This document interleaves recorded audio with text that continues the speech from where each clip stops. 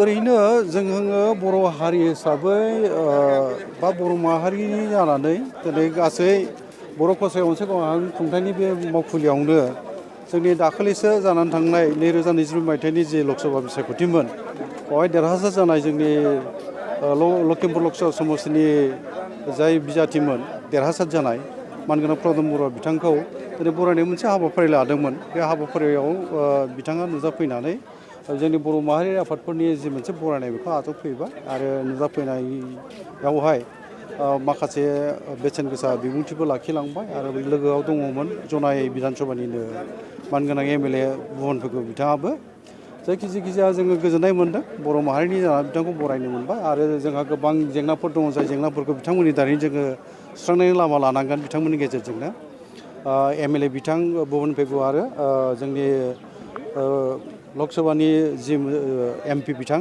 प्रमद बर' बिथांमोननि दारैनो जों माखासे जोंनि बर' हारिनि जेंनाफोर बा बेवहाय रायजो जानायनि जि माखासे जेंनाफोर दं दैबानानि जेंनाफोर बुंनो थाङोबा बेफोर जेंनाफोरखौ फोजोबनांगौबा बिथांमोननि बा सरकारनि जों हेफाजाब लानांगौ जायो। दिनैहाय मानगोनां नरेन्द्र मदि बिथाङाहाय भारत हादरनि गाहाय मन्थ्रिनि बिबानाव फैफिनबाय जोंहा गोजोननाय दङ। दा बिथांनि गेजेरजों जोंहा बिटिआर एकर्ड जि खालामनाय जादोंमोन थांनाय 2020 मायथाइनि 27 जानुवारियाव जि बिटिआर गोरोबथा खालामदोंमोन बिनि दफाफ्राबो मावफुंजायाखै। बेफोर दफाखौ मावफुंनांगौआवबो जोंनो जाय सरकारजों जोङो गोरोबथाखौ खालामदोंमोन बे सरकारा फैफिननायाव जोंहा लामाया बा बुंनो थाखाय साबसिन जायो।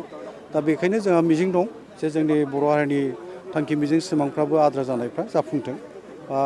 बिनि सुस्रांनायनि लामाखौ जों लानो हागोन बेबो मोनसे जोंनि गोनां जोङो मावनो गोनां खामानि होनना जों सानो। आरो मोनसे जाहैबाय जोंनि बर' खसायाव मोनसे गावारि खुंथायनि माखासे खामानिफोर मावनांगौआवबो बिथांमोननि जोङो हेफाजाब नांगोन।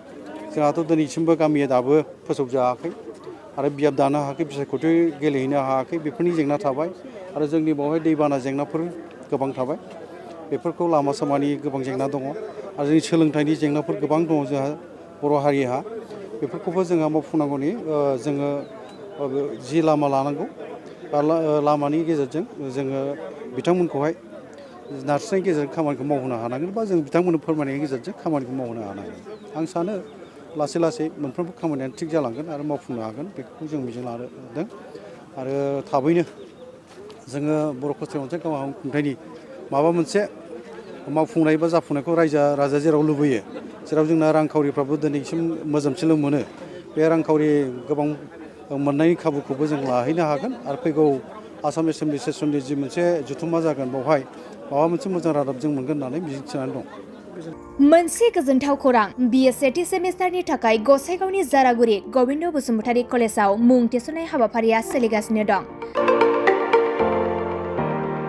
गिबि 100 फरायसाफोरनि थाखाय स्पेशेल अफार आरो गुबुन गुबुन रोखोमनि बेसेन नाङै क्लासनि सुबिदा होनानै मुं थिसननाय हाबाफारिया सोलिगासिनो दं।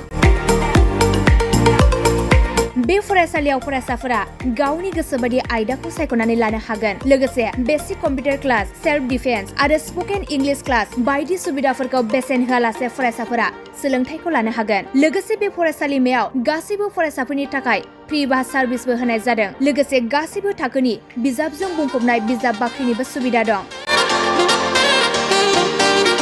आरो बे खेबनिफ्राय एग्जाम सेन्टार हिसाबै फरायसाफोरा गावनिनो आंगो गबिन्द बसुमतारी फरायसालिमायावनो आनजाद होनो हागोन। बिनिखायनो गासैबो जौसिन फरायसालिनिफ्राय उथ्रिसारनाय फरायसाफोरखौ गबिन्द बसुमतारी फरायसालिमायाव खम बेसेनावनो एडमिसन लानानै गोबां सुबिदाफोरनि खाबु लानो हागोन। बांसिनै मिन्थिनो थाखाय 9101784754 7002 71929 97066808878 नम्बराव नोंथांमोना खौरां लानो हागोन।